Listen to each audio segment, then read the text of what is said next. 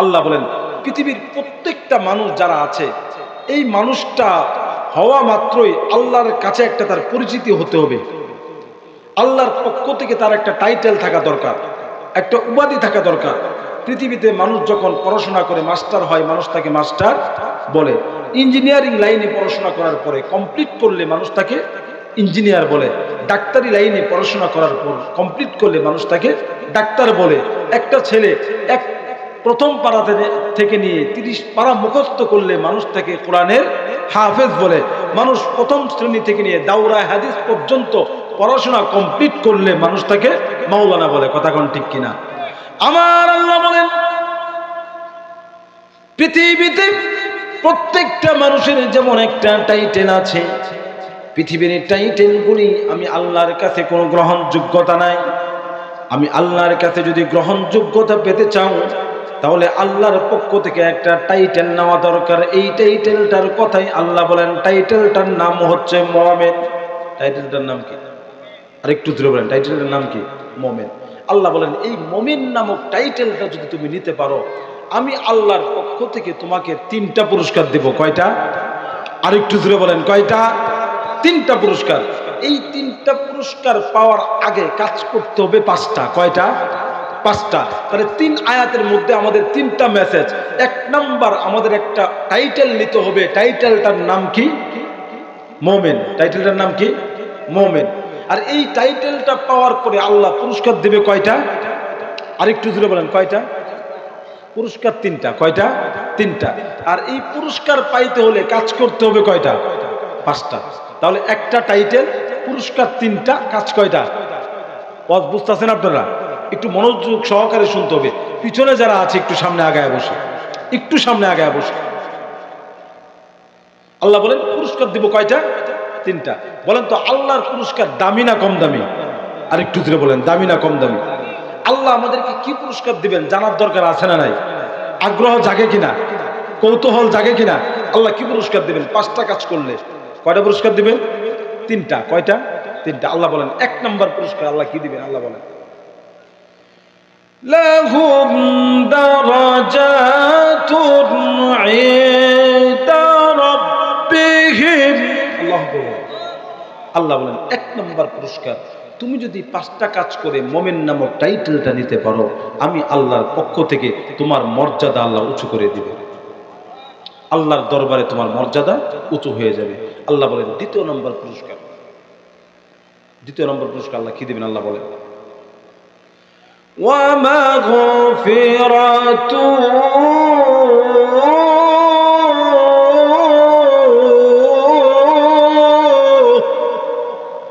আপনাদের ঈমানের জন্য আল্লাহু আকবার বললেও কি এত গাফলতি কেন?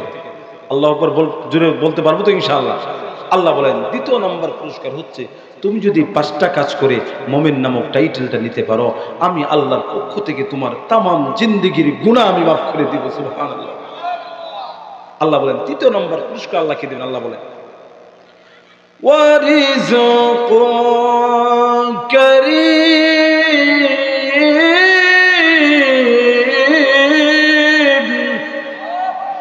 আল্লাহ বলেন 3য় নম্বর পুরস্কার হচ্ছে, তুমি যদি মুমিন নামক টাইটেলটা নিতে পারো 5টা কাজ করে, আমি আল্লাহ ওয়াদা দিলাম যেই রিজিকের জন্য ভাই ভাইয়ের সাথে দ্বন্দ্ব, চাচা ভাতিজার সাথে দ্বন্দ্ব, বাগিনা মামার সাথে দ্বন্দ্ব, প্রতিবেশী প্রতিবেশীর সাথে দ্বন্দ্ব, আমি আল্লাহ ওয়াদা দিলাম 5টা কাজ যদি করতে পারো, সম্মানের রিজিক আমি তোমার কাছে পৌঁছায় দিব। আর একটু আসতে বলেন না সুবহানাল্লাহ। এই জন্য ভাইরা আমার, আল্লাহ পাক রব্বুল আলামিন কোরআনুল কারীমের মধ্যে বলেন, যদি তোমরা 5টা কাজ করে যদি মুমিন নামক টাইটেলটা নিতে পারো, আমি আল্লাহর পক্ষ থেকে তোমাদেরকে 3টা পুরস্কার দেব। কয়টা? আরেকটু জোরে বলেন, কয়টা? এই 3টা পুরস্কার। 1 নাম্বার পুরস্কার লাহুম দারাজাতুন ইনদা রাব্বিহিম, আল্লাহর দরবারে তোমার মর্যাদা উঁচু হয়ে যাবে। 2 নাম্বার ওয়া মাগফিরা, আল্লাহ তাআলা তামাম জিন্দেগির গুনাহ মাফ করে দিবে। 3 নাম্বার পুরস্কার ওয়ারিজকুন কারীম, আল্লাহ সম্মানের রিজিক তোমার দরজায় পৌঁছায়া দিবে। এই তিনটা পুরস্কার যদি নিতে হয় কাজ করতে হবে ভাই কয়টা? আপনারা আমার কথা বুঝতেছেন? খারাপ লাগতেছে? শেষ করে দিন। আল্লাহ পাক রব্বুল আলামিন বলেন তিনটা পুরস্কার যদি নিতে চাও কাজ করতে হবে কয়টা? পাঁচটা। কয়টা? আরো জোরে জোরসে বলেন। পাঁচটা কাজ। এক নাম্বার কাজ আল্লাহ বলেন কি কাজ করতে হবে, কি কাজ করলে আল্লাহ আমাদেরকে তিনটা পুরস্কার দেবে। আল্লাহ এক নাম্বার কাজের কথা আল্লাহ বলেন,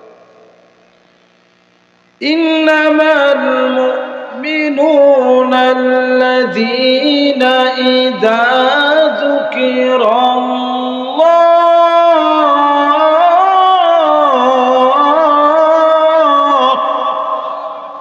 আল্লাহ বলেন এক নাম্বার কাজ যেখানে আল্লাহর আলোচনা হবে ওয়াজিলাত কুলুবুহুম, আল্লাহর আলোচনা শোনা মাত্রই তোমার দিলের ভিতরে একটা ভয় সৃষ্টি হতে হবে।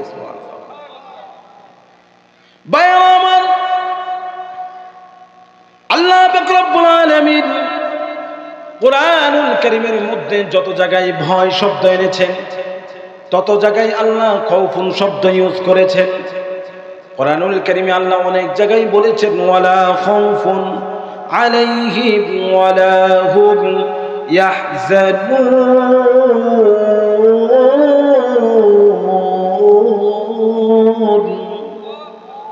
আল্লাহ বলেন তোমাদের কোনো ভয় নাই, তোমাদের কোনো দুশ্চিন্তা কিচ্ছু নাই।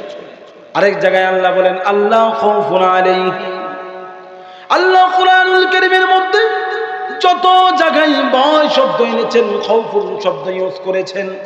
খাউফুন শব্দের অর্থ ভয়, ওয়াজিলাত শব্দের অর্থ ভয়। কিন্তু আল্লাহ মুমিনের কর্মসূচি বর্ণনা করতে যে সূরাতুল আনফালে আল্লাহ খাউফুন শব্দ কেন ইউজ করলেন না, ওয়াজিলাত শব্দ কেন আনলেন? এর ব্যাখ্যায় মুফাসসিরিনে কেরাম বলেন খাউফুন শব্দের অর্থ হচ্ছে এমন ভয় যেই ভয় কাইটা যাওয়ার পরে মানুষের ভিতরে শান্তি কাজ করে না অশান্তি কাজ করে। আর ওয়াজিলাত শব্দের অর্থ হচ্ছে এমন ভয় যেই ভয় কাইটা যাওয়ার পরে মানুষের ভিতরে আর অশান্তি কাজ করে না শান্তি কাজ করে। বুঝছেন তো আমার কথা? খাউফুন মানে এমন ভয় যেই ভয় কাইটা গেলে শান্তি কাজ করে না অশান্তি কাজ করে। উদাহরণস্বরূপ কিভাবে আপনাদেরকে বোঝাবো, মনে করেন গরিশার বাজারে একজন চুরি করেছে, তারে সবাই দৈরা বাইদা রাখছে যে আগামীকালকে চেয়ারম্যান সহ এলাকার গণ্যমান্য ব্যক্তি সহ তার বিচার হবে।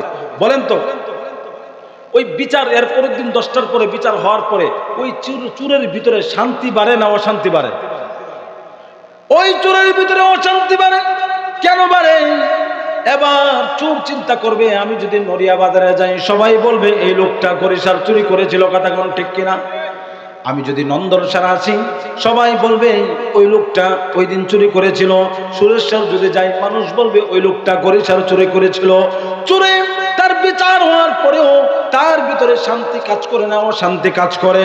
আল্লাহ পাক রব্বুল আলামিন বলেন খাউফুন শব্দের অর্থ হচ্ছে এমন ভয়। আর ওয়াজিলাত শব্দ মুমিনের ক্ষেত্রে কেন উল্লেখ করলেন? কারণ মুমিন ব্যক্তি যখন আল্লাহকে ভয় করে ভয় কাইটা যাওয়ার পরে তার ভিতরে আর অশান্তি কাজ করে না শান্তি কাজ করে। কেমনে বোঝায়? যেমন আল্লাহ পাক রব্বুল আলামিন যখন ভোর রাত্রে যখন আযান হয়, যেই মুরব্বী বাবা নামাজের প্রতি টান আছে আল্লাহর প্রতি ভয় আছে, ওই ব্যক্তি শীত থাকলেও নামাজের জন্য উঠে কি উঠে না? আরেকটু জোরে বলেন। তার ভিতরে ভয় সৃষ্টি হয়। আযান হয়েছে, এবার যদি জামাত মিস হয়ে যায় আল্লাহর পক্ষ থেকে আমার কাঠগড়ায় দাঁড়াতে হবে, শাস্তি আছে, এই জন্য আমার জাহান্নামে জ্বলতে হবে। ওই মুরব্বী বাবা দেখা যায় গরম পানির ব্যবস্থা না থাকলেও দেখা যায় কষ্ট করে হলেও ওযু করে মসজিদে চলে যায়। আছে না নাই? আরেকটু জোরে বলেন আছে না নাই?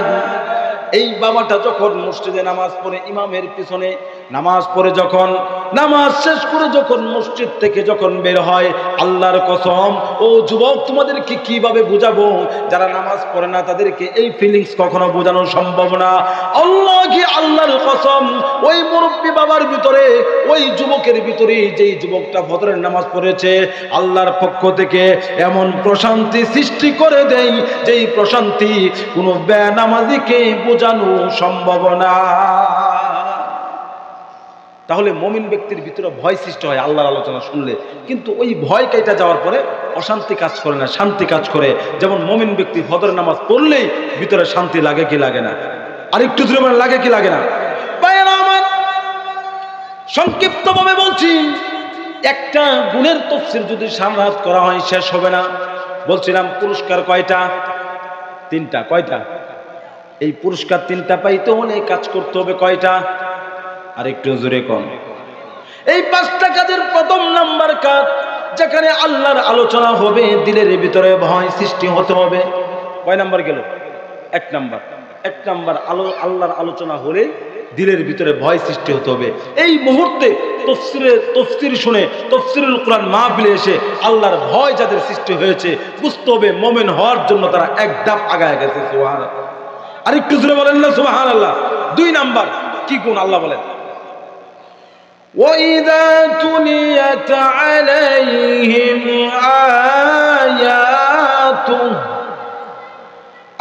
آيَاتُهُ زَادَتْهُمْ إِيمَانًا।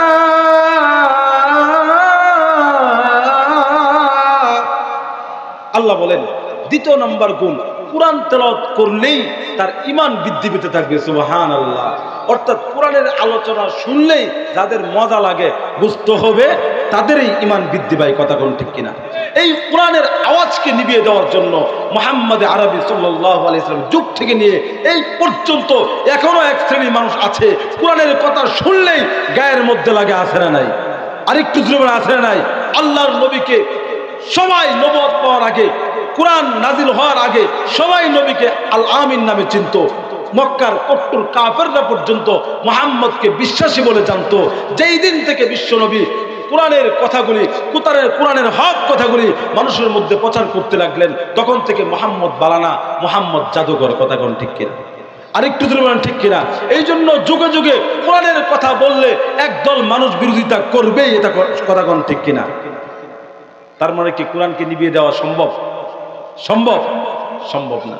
এই জন্য বলছিলাম কোরআনের তেলাওয়াত শুনলেই দিলের মধ্যে শান্তি লাগবে, ঈমান বাড়বে, এমন একটা আলোচনা আমাদের মধ্যে শোনার দরকার আছে না নাই? আরেকটু তুলনা আছে না নাই? ভাইরা আমার, কোরআন তেলাওয়াত শুনলে কিভাবে ভালো লাগতে হবে? আব্দুল্লাহ ইবনে মুবারক একজন বিখ্যাত তাবী ছিলেন, বিখ্যাত মুহাদ্দিস ছিলেন। কেমন মুহাদ্দিস ছিলেন? আব্দুল্লাহ ইবনে মুবারকের এক একটা ক্লাসের মধ্যে একসাথে 60 থেকে 70,000 ছাত্র ক্লাস করত। সুবহানাল্লাহ বলেন। কেমন কেমন মুহাদ্দিস ছিলেন, কেমন শিক্ষক ছিলেন যে তার এক একটা ক্লাসের মধ্যে একসাথে 60 থেকে 70,000 স্টুডেন্ট একসাথে ক্লাস করতো। সুবহানাল্লাহ বলেন। এই ঘটনা বলে বিস্তারিত চলে যাবে।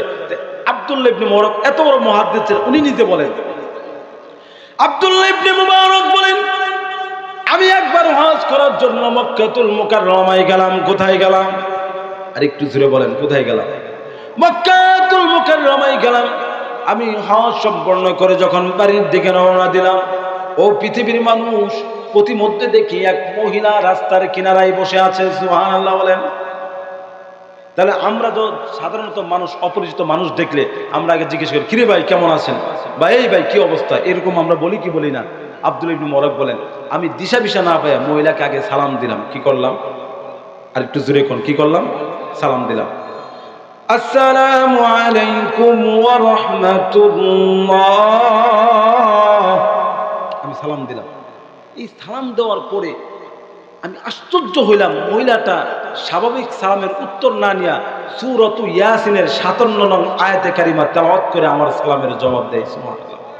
মহিলা পড়তে লাগলো, সালামুন কাওলাম মির রাব্বির রহিম।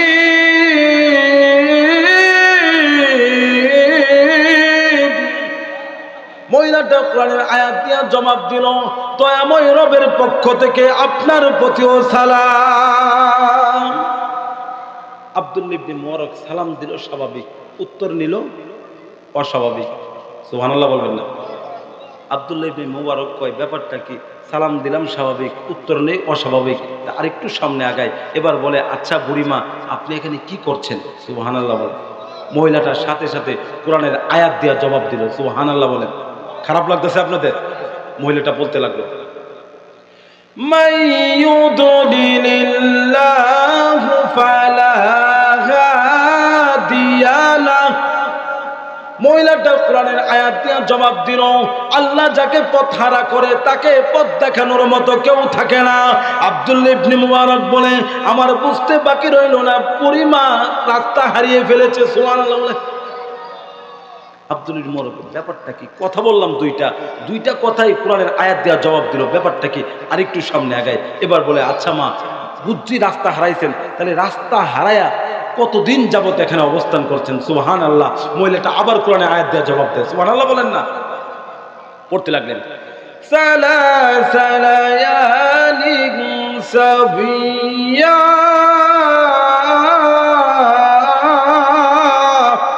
মহিলাটা কোরআনের আয়াত দিয়ে জবাব দেয়, ও পথিক, আমি রাস্তা হারায়া একদিন না, 2 দিন না, 3 রাত্র 3 দিন পর্যন্ত এখানে অবস্থান করছি। সুবহানাল্লাহ বলবেন না? বুঝতেছেন? প্রত্যেকটা কথা কোরআনের আয়াত দিয়ে জবাব দিতেছে। আব্দুল মুবারক, ব্যাপারটা কি? কথা বললাম তিনটা কথাই কোরআনের আয়াত দিয়ে জবাব দিল। আরেকটু সামনে আগায়। এবার বলে, আচ্ছা মা, আপনি কোথায় গিয়েছিলেন? কোথায় যাবেন? কারণ মানুষ যখন রাস্তা হারায় তখন আমরা জিজ্ঞাসা করি কি করি না? সুবহানাল্লাহ বলেন। জিজ্ঞাসা করি কি করি না? এই কথা বলা মাত্রই মহিলাটা আবার কোরআন পড়তে লাগলো। সুবহানাল্লাহ বলেন না। মহিলাটা পড়তে লাগলো, সুবহানাল্লাযী আসরা বিআবদিহি লাইলাম মিনাল মাসজিদিল হারাম। মহিলাটা কোরআনের আয়াত দিয়ে জবাব দিল, দয়াময় মহাপবিত্র সত্তা তিনি, যিনি তার বান্দাকে মসজিদে হারাম থেকে ইলাল আকসা বাইতুল মুকাদ্দাসের দিকে ভ্রমণ করিয়েছে। অর্থাৎ মহিলাটা বুঝাইতেছে, আমি হজ করার জন্য মক্কাতুল মুকাররমায় গিয়েছিলাম, এবার আমার বাড়ি হচ্ছে বাইতুল মুকাদ্দাসের দিকে। আমি হজ সম্পূর্ণ করে আমার বাড়ির দিকে আমি রওনা দিতে চেয়েছিলাম, কিন্তু পথিমধ্যে রাস্তা হারিয়ে ফেলেছি, এই জন্য রাস্তায় কিনারায় বসে আছি। সুবহানাল্লাহ বলবেন না? আব্দুল্লাহ ইবনে মুবারক, ব্যাপারটা কি? যেই কথা কই সেই কথাই কোরআনে আয়াত দেয়া জবাব দেয়। এটা তো অস্বাভাবিক মহিলা। আচ্ছা, একজন মানুষ যখন অস্বাভাবিক আচরণ করে তখন আমরা বংশের নাম জিজ্ঞাসা করি কি করি না? এবার বলে, আচ্ছা মা, আপনি কোন বংশের মানুষ? সুবহানাল্লাহ বলেন না। আরেকটু জোরে বলেন না সুবহানাল্লাহ। এবার মহিলাটা আবার কোরআনে আয়াত পড়তে লাগলো। সুবহানাল্লাহ বলেন, ওয়ালা তাকফু মা লাইসা লাকা বিহি ইলম ইন্নাস সামআ ওয়াল বাসারা ওয়াল ফুআদ।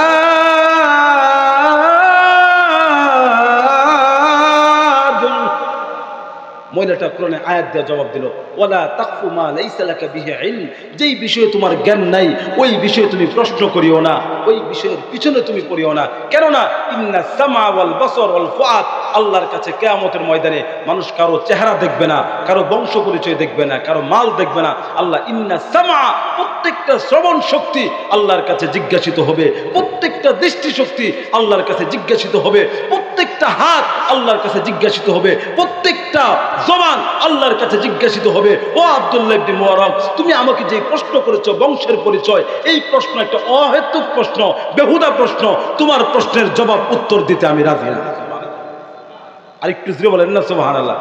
আব্দুল্লাহ ইবনে মুবারক, ব্যাপারটা কি? যেই কথা কই সব কথা কোরআন আয়াত দিয়ে জবাব দেয়। এবার এমন কিছু প্রশ্ন করবো যেই প্রশ্নের জবাব আর না দিতে পারে। সুবহানাল্লাহ বলেন। আব্দুল্লাহ ইবনে মুবারক ফাঁকে দা কইলই, এত বড় আল্লাহওয়ালা একজন মহিলা, তার সেবা যদি আমি করতে পারি এটা আমার জন্য সৌভাগ্য। কথা কোন ঠিক কিনা? আমরা বড় আলেম পাইলে তাদেরকে চা খাওয়াইতে চাই কি চাই না? আরেকটু ধরবেন, চাই কি চাই না? এবার বলে, আচ্ছা মা, আপনি বুঝলাম যে আপনি পথ হারিয়ে নিয়েছেন, 3 দিন যাবত আপনি অবস্থান করছেন, তাহলে খাবার দাবার কোত্থেকে খান? সুবহানাল্লাহ বলেন না। আরেকটু ধরে বলেন না সুবহানাল্লাহ। মহিলাটা কোরআনে আয়াত দিয়ে জবাব দিতে লাগলো, الذي هو يطعمني ويسقين।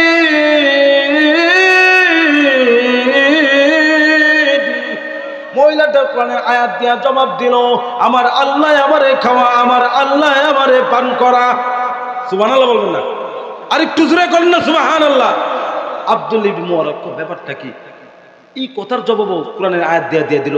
আচ্ছা মা, বুঝলাম আল্লাহ আপনাকে খাওয়া, আল্লাহ আপনাকে পান করা, তাহলে আপনি যেইভাবে কোরআনের আয়াত দিয়ে কথা বলছেন নিশ্চিত আপনি নামাজ পরিত্যাগ করেন না, কিন্তু মরুভূমির ভিতরে পানির কোনো ব্যবস্থা নাই, এখানে কোনো হাউস নাই, কল নাই, চাপকল নাই, কিচ্ছু নাই, আপনি নামাজ কিভাবে পড়েন? সুবহানাল্লাহ বলেন।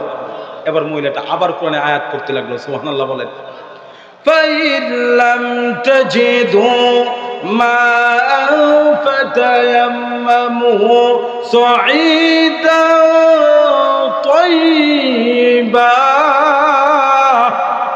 আমার আল্লাহ পাক রব্বুল আলামিন কোরআনের মধ্যে বলেন, মহিলাটা বলে, ও আব্দুল্লাহ ইবনে মুবারক, তুমি কি কোরআন তেলাওয়াত করো নাই? কোরআনের মধ্যে পড়ো নাই? আমার আল্লাহ বলেন, ও পৃথিবীর মুমিনেরা, তোমরা যদি এমন জায়গায় থাকো, এমন জায়গায় অবস্থান করো, বা ইল্লাম তাজিদু মা, যেই জায়গায় পানি নাই, ফাতায়াম্মামু সাঈদান তাইয়্যিবা, ওই জায়গায় পবিত্র মাটি দিয়া তায়াম্মুম করো। মহিলাটা বুঝাইতে যাচ্ছে পানির ব্যবস্থা না থাকতে পারে, কিন্তু প্রত্যেক ওয়াক্তে নামাজে পানি না থাকার কারণে তায়াম্মুম করে আমি নামাজ আদায় করি। চিন্তা করছেন আব্দুল্লাহ ইবনে মুবারক কত বড় মুহাদ্দিস, একজন পুরুষ মানুষ, একজন মহিলা কাইত করে আল্লাহ, সুবহানাল্লাহ বলেন। খারাপ লাগতেছে আপনাদের আলোচনা? আব্দুল্লাহ ইবনে মুবারক ব্যাপারটা কি? এমন মহিলা, অস্বাভাবিক মহিলা, সব কথা কোরআনে আয়াত দিয়ে জবাব দেয়। এবার বলে, আচ্ছা বুড়িমা, দেখে যে কোনভাবে ঠেকানো যায় কিনা, আচ্ছা বুড়িমা, আমার কাছে কিছু খাবার আছে, যদি গ্রহণ করতেন এটা আমার পক্ষ থেকে আমি খুব খুশি হইতাম। এই কথা বলা মাত্র মহিলাটা আবার কোরআন পড়তে লাগলো, সুবহানাল্লাহ বলে। সুম্মা আতিমুস সিয়ামা ইলাল লাইল।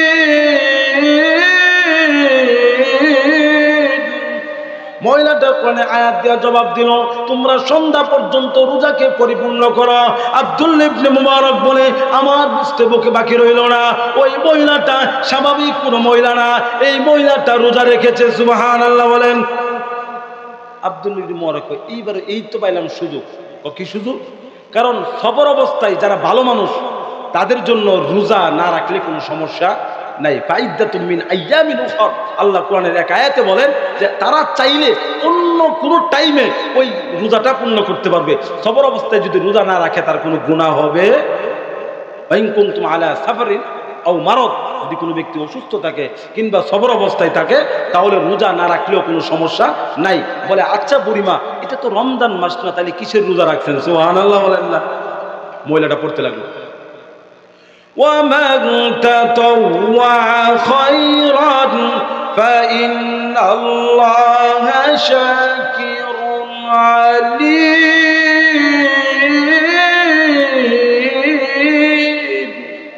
মহিলাটা কোরআনের আয়াত দিয়ে জবাব দিল, ও আব্দুল্লাহ ইবনে মুবারক, এটা রমজান মাস না হতে পারে, তুমি কি কোরআনের মধ্যে পড়ো নাই? আমার আল্লাহ বলেছেন, ওমান তাতাওয়া, তাতাওয়া এখানের অনুবাদ হচ্ছে যদি কোনো ব্যক্তি খায়রান, নফল কাজের অনুসরণ করে, অর্থাৎ নফল রোজা রাখে, নফল নামাজ পড়ে, ফাইন্নাল্লাহা শাকিরুন আলিম, এটা আল্লাহ পাক রব্বুল আলামিন এই জন্য গুণগ্রাহী, আল্লাহ জানেন। এই জন্য রমজান মাস না হতে পারে, কিন্তু আমি নফল রোজা রেখেছি। রমজান না হতে পারে, আমি কি রেখেছি? নফল রোজা রেখেছি। আব্দুল্লাহ ইবনে মুবারক বলে, আমার বুঝতে বাকি রইল না, মহিলাটা নফল রোজা রেখেছে। সুবহানাল্লাহ বলেন। আর একটু ছিল বলেন না সুবহানাল্লাহ। আব্দুল্লাহ ইবনে মুবারক এইবার ঠেকানোর একটা রাস্তা পাইছে। ঠেকানোর রাস্তাটা কি? আল্লাহ তো রমজান মাসে ভালো মানুষকেই রোজা না রাখার অনুমতি দিয়েছে, যারা সবর করবে। তাহলে নফল রোজা তো আরো বাতারিকে আউলা, আরো আগে মাপ, তাহলে আপনি কিসের রোজা রাখছেন? সুবহানাল্লাহ বলেন। এই কথা বলা মাত্র মহিলাটা আবার কোরআনে আয়াত পড়তে লাগলো, সুবহানাল্লাহ বলেন। ওয়া তাসুমু খায়রুল লাকুম ইন কুনতুম তা'লামুন।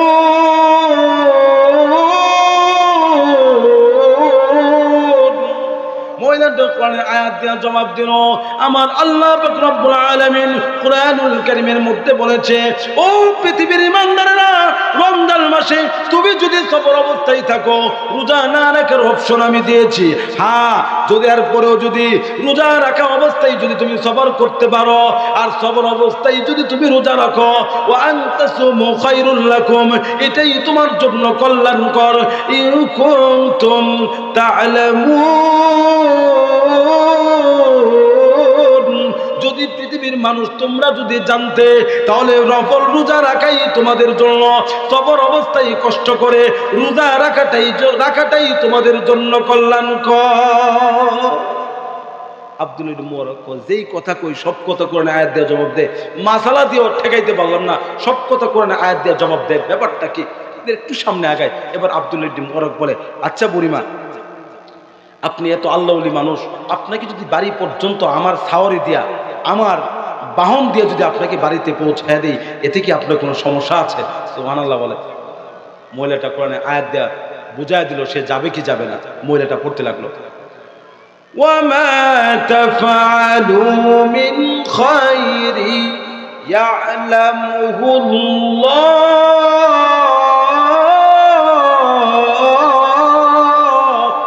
মহিলাটা কোরআনে আয়াত দিয়া জবাব দিল, ও পৃথিবীর মানুষ, যদি তোমরা কোনো ভালো কাজ করো, পৃথিবীর কেউ না জানলেও জানে কে?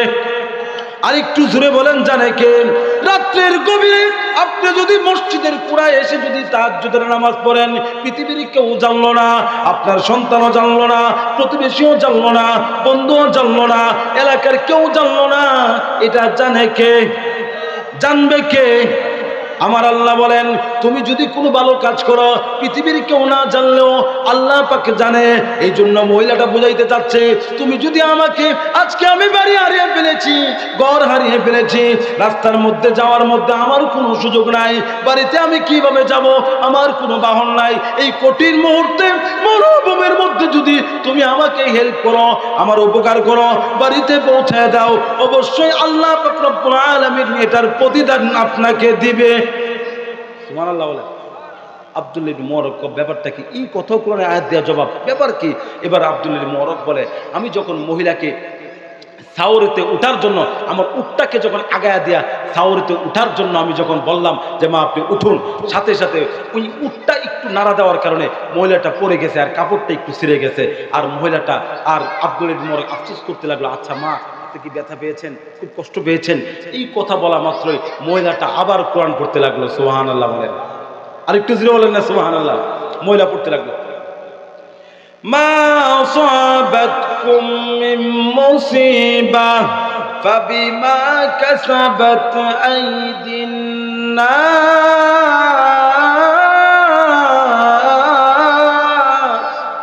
মহিলাটা কোরআনের আয়াত দিয়ে জবাব দিল, তোমাদের কাছে যেই বিপদে আসুক, যেই বিপদেই পড়ুক, যেই বিপদেই পৌঁছুক, সবকিছু জন্য অন্য কেউ দায়ী না, সবকিছু বিমা কাসাবাত আইদিন নাস, এইগুলি হচ্ছে মানুষের হাতের কামাই। কথা কোন ঠিক কিনা?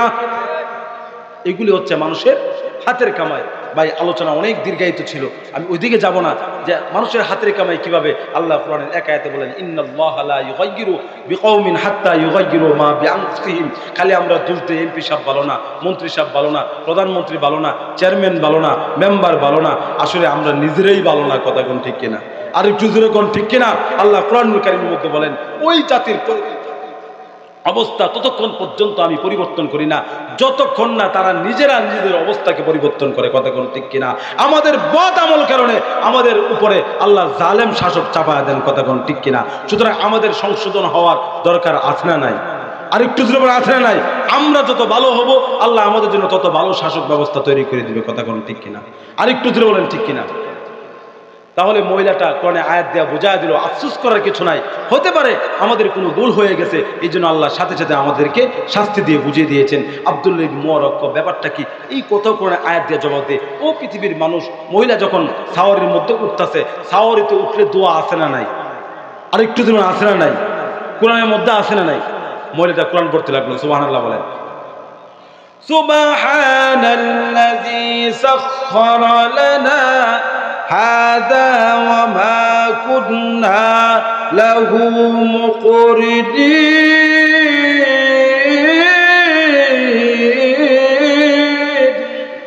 মহিলাটা কোরআনের আয়াত দেয়া জবাব দিল, সাথে সাথে দোয়া পড়তে লাগলো, আল্লাহ পাক রব্বুল আলামিন, আমরা যেই সমস্ত বাহনগুলিকে চালাই, যেই সমস্ত বাহনগুলি ড্রাইভ করি, এত বড় বিমান, এটা মানুষের চালানো কোনো সম্ভব ছিল না, এত বড় জাহাজ, এটা মানুষ চালানো কোনো সক্ষমতা ছিল না।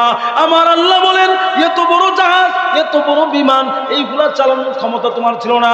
আমি আল্লাহ এইগুলাকে তোমার নিয়ন্ত্রণাধীন করে দিয়েছি, তোমার কন্ট্রোল করে দিয়েছি, এই জন্য তুমি এত বড় জাহাজ চালাইতে পারো। নাইলে সম্ভব ছিল না। ওমা কুন্না লাহু মুকরিনিন, এগুলার কন্ট্রোল করার ক্ষমতা আমাদের ছিল না। সুবহানাল্লাযী সাখখারা লানা, এটার কন্ট্রোল কে করে দিয়েছেন?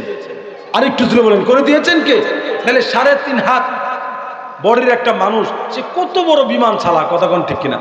কত বড় লঞ্চ চালায় এই ছোট্ট একটা মানুষ, যে লঞ্চের ভিতরে থেকে দেখাও যায় না। বিশাল বড় একটা মানুষ কত বড় একটা হাতিকে কন্ট্রোল করে, কথা কোন ঠিক কিনা? আজকেও আমি আসার সময় রাস্তায় দেখলাম হাতির দিয়া উঠায় 20 টাকা নিতে আছে, 30 টাকা নিতে আছে, অথচ হাতির উপরে বসে আছে একটা ছোট্ট একটা মানুষ, অথচ এই হাতির পাড়া দিলে তার মতো 10-20 জন মারা যাবে, কথা কোন ঠিক কিনা? আল্লাহ বলেন হাতি ওই শ্রেষ্ঠ মাখলুকাত, আমি মানুষকে বানাইছি তোর খেদমত করার জন্য, তুই তাদের খেদমত করার জন্য। সুতরাং সাবধান, আমার মানুষটা আশরাফুল মাখলুকাত, ছোট হতে পারে কিন্তু আমার আল্লাহর কাছে তার মর্যাদা অনেক বেশি, এই জন্য তুই বড় হওয়া সত্ত্বেও তার গোলাম হয়ে যা, কথা কোন ঠিক কিনা? আর একটু জোরে বলেন ঠিক কিনা? আব্দুল্লাহ ইবনে, কথা ঘটনা মনে আছে আপনাদের? আব্দুল্লাহ ইবনে মুবারক বলে, ওই মহিলাটা যখন পড়ে গেল, কাপড় ছিঁড়ে গেল, দোয়া যখন পড়লো, এরপরে চলতে লাগলাম, মহিলাকে নিয়ে যখন চলতে লাগলাম, এক পর্যায়ে আমি খুব জোরে জোরে চাবুক চালাইতে লাগলাম, হেই চল, এরকম বলে কিনা, জোরে জোরে চাবুক চালাইতে লাগলাম আর খুব জোরে জোরে চিল্লাইতে লাগলাম। সাথে সাথে মহিলাটা পিছন থেকে আমাকে কোরআনের আয়াত দেওয়ার সতর্ক করে, সুবহানাল্লাহ বলে। মহিলাটা পড়তে লাগলো, ওয়াকসিদ ফি মাশিকা ওয়াগদুদ মিন সাউতিক। ও আব্দুল্লাহ ইবনে মুবারক, তুমি তোমার আওয়াজকে নিচু করো, ওয়াকসিদ ফি মাশিকা, এবং তুমি মধ্যপন্থায় চলাচল করো। এত তাড়াহুড়া করে চলার কোনো দরকার নাই, মধ্যপন্থা মিডিয়াম ভাবে চলাচল করো, সুবহানাল্লাহ বলেন। আব্দুল্লাহ ইবনে মুবারক বলেন, আমি যখন চলতে লাগলাম, চলতে চলতে এক পর্যায়ে সাওয়ারের মধ্যে আমার মুখ দিয়া কবিতা বের হতে লাগলো। আগের যুগে আরবদের মধ্যে কবিতার খুব প্রতিযোগিতা ছিল, এক একজন মানুষ হাজার হাজার কবিতা পারত। এখনো দেখবেন গ্রামগঞ্জে মুরব্বীরা যখন হাল চাষ করে কিংবা ক্ষেতের মধ্যে কাজ করে, এক পর্যায়ে মুখ দিয়া বাটিয়ালি গান বের হয় কিনা? আরেকটু জোরে বের হয় কিনা? আব্দুল্লাহ ইবনে মুবারক বলে, আমিও চলতে চলতে এক পর্যায়ে আমার মুখ দিয়া কবিতা আসতে লাগলো, সুবহানাল্লাহ বলেন। মহিলাটা সাথে সাথে পিছন থেকে আমার কোরআনের আয়াত দিয়া সতর্ক করতে লাগলো, সুবহানাল্লাহ বলেন। মহিলা পড়তে লাগলো, ফাকরাউ মা তায়াসসারা মিনাল কুরআন।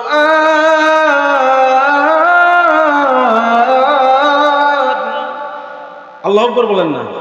আব্দুল্লাহ ইবনে মুবারক বলে, মহিলাটা আমাকে সতর্ক করলো, কবিতা পড়ার কোনো দরকার নাই, আমার আল্লাহ বলেছেন ফাকরাউ মা তায়াসসারা মিনাল কুরআন। কুরআন যেই জায়গা থেকে সহজ লাগে, যে আয়াত তোমার সহজ মনে হয়, ওই জায়গা থেকে কুরআন তেলাওয়াত করো। কারণ কবিতা যদি হাজার হাজার যদি তুমি কবিতা পড়ো, কোনো সওয়াব নাই। আমার আল্লাহ বলেন, কুরআনের একটা অক্ষর যদি কেউ তেলাওয়াত করে, আল্লাহ সাথে সাথে তার আমলনামায় 10টা নেকি দান করে। এই জন্য কোরআন পড়লে লাভ না লস? আরেকটু জোরে বলেন, লাভ না লস? আজকে আমাদের যুবকদের কি হয়ে গেল, মা বোনদের কি হয়ে গেল? আগের যুগের মা বোনরা কেমন ছিল, বর্তমান যুগের মা বোনদেরকে, যুবকদেরকে পেটের ভিতরে গুলি মারলেও পড়া বের হয় না, কতক্ষণ ঠিক কিনা? সূরা ফাতিহা শুদ্ধ করে পড়তে পারে না। দেখবেন নিজের সন্তানের কোনো খোঁজ খবর নাই, নিজের জীবনের কোনো খোঁজ খবর নাই, আবার ইমামের দোষের কোনো অভাব নাই, আছে না নাই? আরেকটু ধরে বলেন, সমাজে এমন লোক আছে না নাই? নিজের সন্তান লাস্ট কবে ফজরের নামাজ পড়ছে সে নিজেও জানে না, নিজের সন্তান লাস্ট কবে ইশারার নামাজ পড়ছে সে নিজেও জানে না, নিজের সন্তানের খোঁজ খবর নাই, ইমামের দোষের অভাব নাই, আছে না নাই? আরেকটু ধরে বলেন, এমন মুসল্লি আছে না নাই? দেখবেন বুড়ো হয়ে গেছে, এখন আর বাড়ি তো আর আগের মতো দাম দেয় না। বিবি সাহেব কয়, ঘরের ভিতরে চিল্লাচিল্লি করে মসজিদে দাও। বড় পোলার কাছে অন ভালো লাগে, আর কত বক বক করা, মসজিদে দাও। বড় মেয়ে কয়, এই বুড়া হয়ে গেছে, এখনো তোমার চিল্লা চিল্লি যায় না, মসজিদে দাও, আছে না নাই? এই কিছু ইমাম খেদাইন না, ইমাম জ্বালাইন না, কিছু মুসল্লি সমাজে আছে না নাই? এরা মসজিদে যায় কয়, দিশা বিশা না পায়, বাড়িতেও দাম নাই, পরিবারের কাছেও দাম নাই, এবার যায় কয়, হুজুর কার্পেটটা ময়লা কি লিগা, কথা কোন ঠিক কিনা? ফ্যানটা ময়লা কি লিগা, আছে না নাই? আরেকটু জীবন আছে না নাই? এরা যেই পরিমাণ ইমাম সাহেবদের দোষ ধরার জন্য যেই চৌকান্না থাকে, এর 100 ভাগে 5 ভাগ যদি তার সন্তানকে ফলো করতো, আজ পর্যন্ত কোনো সমাজের কোনো সন্তান বখাটে হতো না। কথা বলেন ঠিক কিনা? আজকে নিজের সন্তানের খোঁজখবর নাই, ব্যবহারদায়ী ঘুরছে, নিজের সন্তানটা হাফ প্যান্ট করে বাইক চালাচ্ছে, কোনো খোঁজখবর নাই, অথচ ইমামের দোষ ধরতে ধরতে ইমামের অবস্থা খারাপ। কথা বলেন ঠিক কিনা? আছে না নাই? এগুলো আমাদের সমাজের অবস্থা। অথচ কোনো ইমাম উল্টাপাল্টা করার কারণে আল্লাহ আপনাকে জাহান্নামে দিবে না, অথচ আপনার সন্তানের কারণে আপনার জাহান্নামে যেতে হবে। আলোচনা দীর্ঘায়িত হয়ে যাবে। আর আমি বলতাম, আল্লাহ কোরআনের এক আয়াতে বলেন, وقال الذين كفروا من الجن والإنس أضلانا من الجن والإنس نجعلهما تحت أقدامنا। মানুষ এবং জিন জাতি থেকে অনেক কাফেররা আল্লাহর কাছে আরজি করবে, আল্লাহ আমাদেরকে যেই মা বাবা আমাদেরকে কোরআনের শিক্ষা দেয় নাই, কোরআনের জ্ঞান অর্জন করায় নাই, তাদেরকে আনেন, জাহান্নামে যাবো ভালো কথা, তাহতা আকদামিনা, তাদেরকে পিছে পিছে পারাইয়া পারাইয়া তারপর জাহান্নামে যাবো না। ভাইরা আমার, আজকে মুরব্বী বাবাকে যদি জিজ্ঞাসা করি, বাবা আপনি কেমন আছেন, ইমাম সাহেব জিজ্ঞাসা করলে খুব বুক ফুলিয়ে বলে, হুজুর আমার জীবনে আর কোনো দুঃখ নাই, আর কোনো টেনশন নাই, আমি মরে যেও শান্তি। বলে কেন? আমার 5টা ছেলে, 5টা ছেলেকে আমি ইউরোপে পাঠাইছি, 5টা ছেলে ইটালিতে সেটেল। হুজুর 5টা ছেলেরই 5টা মার্কেট আছে, হুজুর 5টা ছেলেরই 5টা বাড়ি আছে, 5টা ছেলেকে অনেক বড় বড় বাড়িতে বিয়ে করেছি। এখন হুজুর আমার আর কোনো কষ্ট নাই, আমি এখন মইরা যায়ও শান্তি পাবো।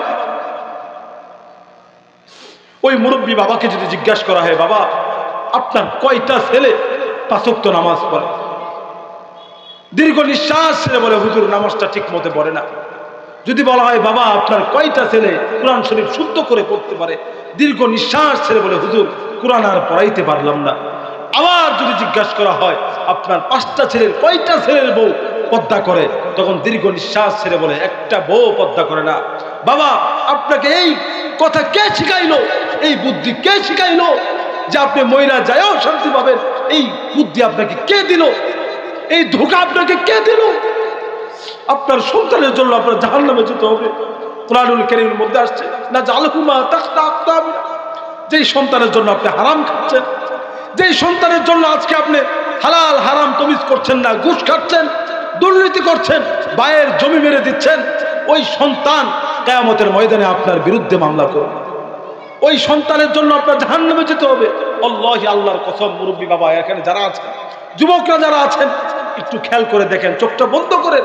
আজকের এই মাহফিলে যদি আপনি ইন্তিকাল করেন, আল্লাহি, আল্লাহর কসম, আপনি লিখে রাখতে পারেন, আপনি লিখে নিয়ে যেতে পারেন। আপনি যে রুমটা সুন্দর করে সাজাইছেন, নিজের হাতে লক করে এসেছেন, চাবি কারো কাছে নাই, নিজের স্ত্রীকেও দেন নাই, আল্লাহর কসম এই রুমের ভিতরে আপনার দ্বিতীয়বার আর কেউ ঢুকাবে না। বরঞ্চ ওই রুমের ভিতরে 3-4 দিন 40 দিন পর্যন্ত ভয়ে কেউ ঢুকবেও না। আপনি কার জন্য হারাম খাচ্ছেন? আপনি কার জন্য দুনিয়া আখিরাতকে নষ্ট করছেন? অনেক যুবক ভাইয়েরা, আমি তোমাদের পায়ে ধরে বলবো, লাস্ট কবে যুবক ফজরের নামাজ পড়ছে যুবক নিজেও জানে না, লাস্ট কবে জোহরের নামাজ পড়ছে নিজেও জানে না। অত মালিক প্রত্যেকবার আমাদেরকে খাওয়াচ্ছে। এই মালিক যদি একবার যদি দৃষ্টিশক্তি নিয়ে নেয়, পৃথিবীর কোনো মানুষ দৃষ্টি ফিরিয়ে দিতে পারবে না। মালিক যদি একবার কানের শ্রবণ শক্তি নিয়ে নেয়, পৃথিবীর কেউ দিতে পারবে না। যুবক, তুমি একটু চিন্তা করে দেখো, নিজের 3.5 হাত বডির দিকে তাকাও, যে লাকাদ খালাকনাল ইনসানা ফি আহসানি তাকওয়িম। আল্লাহ বলেন, আমি সবথেকে সুন্দর আকৃতি দিয়া আমি মানুষকে বানাইছি, আর এই মানুষগুলা ইন্নাল ইনসানা লিরাব্বিহি লাকানুত, রবের সাথে সবথেকে বেশি নেমুখ হারামি করে। কতক্ষণ? এই জন্য ভাইয়েরা আমার, নামাজ পড়ার দরকার আছে না নাই?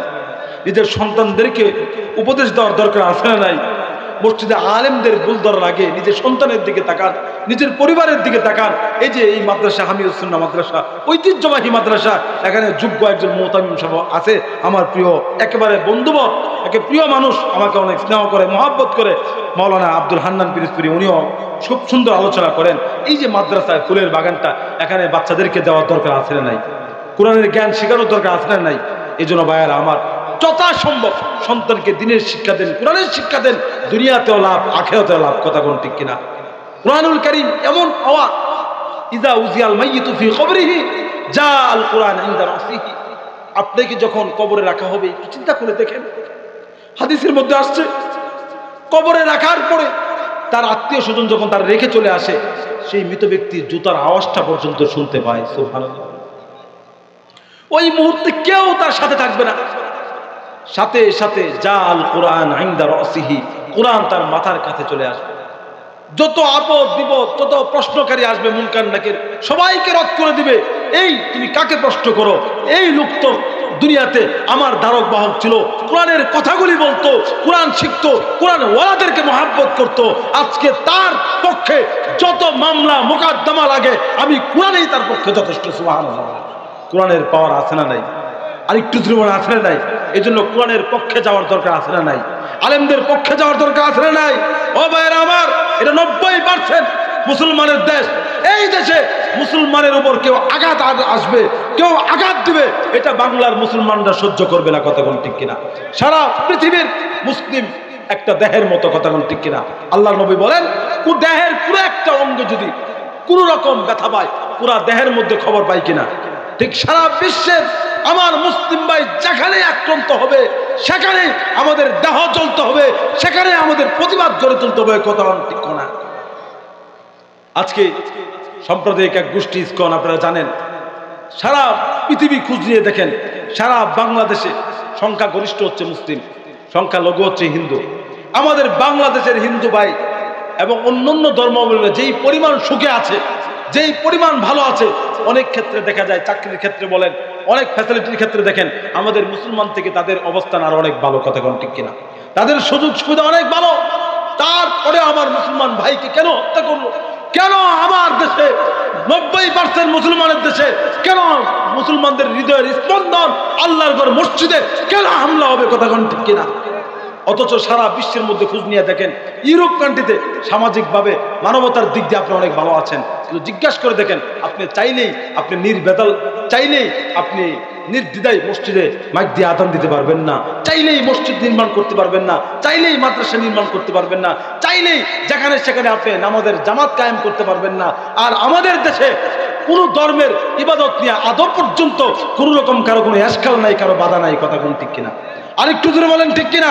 বরঞ্চ দেখেন, চট্টগ্রাম হাটহাজারী মাদ্রাসার একেবারে গেট বরাবর এক মন্দির, আদৌ পর্যন্ত ইতিহাস সাক্ষী মন্দিরে কোনো আক্রমণ হয় নাই, বরঞ্চ 24-এর পরিবর্তনের সময় সারা রাত্র জেগে মাদ্রাসার তালবে আলেমরা মন্দির পাহারা দিয়েছে। কথা কোন ঠিক কিনা?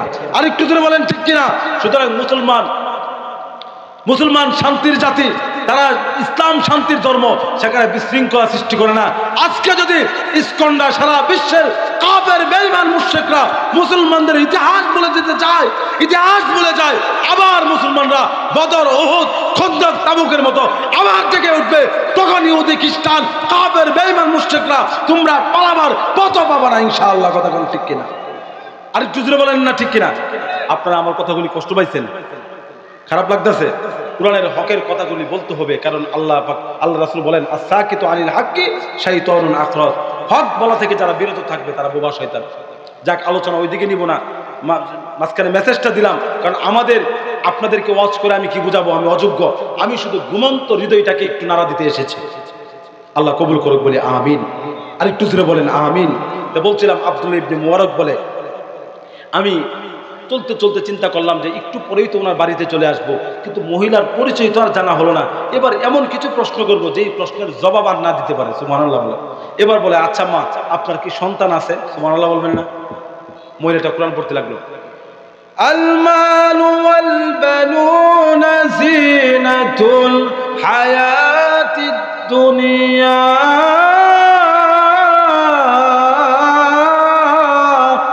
মহিলাটা কোরআনের আয়াত দিয়ে জবাব দিল, আল মালু ওয়াল বানুন জিনাতুল হায়াতিদ দুনিয়া।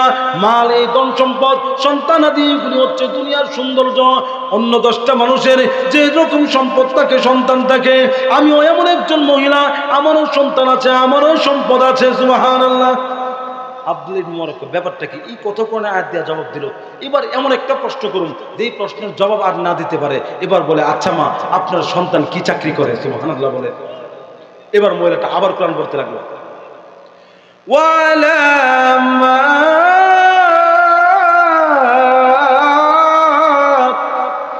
ওয়াবিন-নাজমি হুম ইয়াহতাদুন।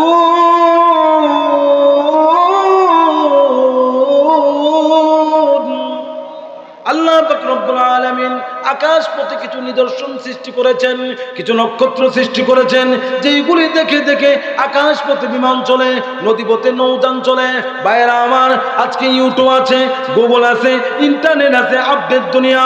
কিন্তু আরো হাজার হাজার বছর আগে, 50 বছর আগে, 500 বছর আগে কোনো ইন্টারনেট ছিল না। তখন আকাশ পথে বিমান কিভাবে চলতো, জাহাজ কিভাবে চলতো? আমার আল্লাহ বলেন, ওয়া আলামাত, আমি কিছু নিদর্শন আকাশে সৃষ্টি করেছি, অবিনাজমি হুম ইয়াহতাদুন, এইগুলি দেখে দেখে পথ অন্বেষণকারীরা পথ তালাশ করে। সুবহানাল্লাহ বলেন। অর্থাৎ আব্দুল্লাহ ইবনে মুবারক বলে, আমার বুঝতে বাকি রইল না, ওই মহিলাটা বোঝাইতে যাচ্ছে তার সন্তানগুলি হচ্ছে হজ যাত্রীদের রাহাবা, মানে তার সন্তানরা হজ যাত্রীদেরকে হজ দেখা দেখা হজ সম্পূর্ণ করায়, হজের মুআল্লিম। এই কথা বলা মাত্র আব্দুল্লাহ ইবনে মুবারক আরো আশ্চর্য হয়ে গেল, ব্যাপারটা কি? সন্তান কি চাকরি করে? সেই কথার জবাবও দিয়া দিল। এবার এমন একটা প্রশ্ন করুন যেই প্রশ্নের জবাব না দিতে পারে। এবার বলে, আচ্ছা বুড়িমা, আপনার সন্তানের নাম কি? সুবহানাল্লাহ বলে। মহিলাটা কোরআন পড়তে লাগলো। সুবহানাল্লাহ বলে। মহিলা পড়তে লাগলো, হ্যাঁ আব্দুল্লাহ ইবনে মুবারক, আমার 3টা ছেলে, প্রথম নাম্বার ছেলের নাম হচ্ছে, আমার আল্লাহ বলেন, ওয়াত্তাখাযাল্লাহু ইব্রাহিমা খলিলা, আমার প্রথম ছেলের নাম হচ্ছে ইব্রাহিম খলিল। 2 নাম্বার ছেলে, ওয়াকাল্লামাল্লাহু মূসা তাকলিমা, আমার দ্বিতীয় ছেলের নাম হচ্ছে মূসা। আমার 3 নাম্বার ছেলের নাম হচ্ছে ইয়া ইয়াহইয়া খুযিল কিতাবা বিকুওয়া, আমার তৃতীয় ছেলের নাম হচ্ছে ইয়াহইয়া। আব্দুল্লাহ ইবনে মুবারক বলে, আশ্চর্য হয়ে গেলাম, ব্যাপারটা কি? যেই কথা বললাম সেই কথা কোরআনে আয়াত দিয়ে জবাব দিল। এবার আব্দুল্লাহ ইবনে মুবারক বলে, আচ্ছা আমি যখন চলতে চলতে যখন আমি ওই তাবু পর্যন্ত গেলাম, আল্লাহি, আল্লাহর কসম, ও পৃথিবীর মানুষ তোমরা বিশ্বাস করবা কিনা জানি না, আমি যখন যায়া ওই তাবুর কাছে যায়া বললাম ইব্রাহিম, মূসা, ইয়াহইয়া, এই কথা বলে যখন ডাক দিলাম, আল্লাহি, আল্লাহর কসম, আমি দেখলাম চন্দ্রের ন্যায় চেহারা জল জল করছে, এমন 3টা যুবক তাবুক থেকে বের হয়ে আসছে। সুবহানাল্লাহ। চিন্তা করেন, যেই মহিলা অল টাইম কোরআনের আয়াত দিয়ে কথা বলে, তার সন্তানগুলি কেমন হবে? আব্দুল্লাহ ইবনে মুবারক বলে যে আমি যখন বাড়িতে গেলাম, যাওয়ার পরে মহিলাটা আবার কোরআনের আয়াত করে শেষ করে দিচ্ছে, সময় যেহেতু কম, বাবা আসো আহাদাকুম বিওয়ারিকুম হাদিহি ইলাল মাদিনা ফালইয়ানজুর আইয়ু আজকা, তোমাদের মধ্য থেকে একজন যাও, বাজার থেকে যায়, শহর থেকে যায়, আইয়ুহা আজকা, সব থেকে উত্তম খাবার নিয়ে আসো। আব্দুল্লাহ ইবনে মুবারক বলে, আল্লাহর কসম, খাবার নিয়ে আসার পরে ওই মহিলাটা আমাকে কোরআনে আয়াত দিয়ে বলতে লাগলো, কুলু ওয়াশরাবু হানিআম বিমা আসলাফতুম ফিল আইয়ামিল খালিয়া, আপনি এখন মন ভরে খান, মন ভরে পান করেন ইতিপূর্বে কৃতকর্মের কারণে। এই কথা বলা মাত্রই আমি পৃথিবীর মানুষ, আমি তোমাদেরকে কিভাবে বোঝাবো? আমি বলি, আল্লাহর কসম, আমি খাবার গ্রহণ করব না। ও যুবকরা, ও মূসা, ইব্রাহিম, ইয়া, যতক্ষণ পর্যন্ত তোমার মার পরিচয় না দিবা, ততক্ষণ পর্যন্ত আমি 1 লুকমা খাবারও গ্রহণ করব না। এই কথা বলা মাত্রই এবার ইব্রাহিম বলে, এবার মূসা বলে, এবার ইয়াহইয়া বলে, ও আব্দুল্লাহ ইবনে মুবারক, আপনাকে আমার মার কথা আর কি বলবো?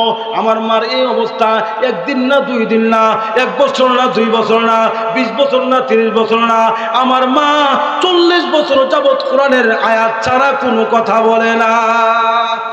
সুবহানাল্লাহ। আব্দুল্লাহ ইবনে মুবারক বলে, যালিকা ফাদলুল্লাহি ইউতিহি মান ইয়াশা, এটা নিশ্চয়ই আল্লাহর অনুগ্রহ, আল্লাহ যাকে চান তাকেই কোরআনের জ্ঞান দান করেন। কথা কোন ঠিক কিনা?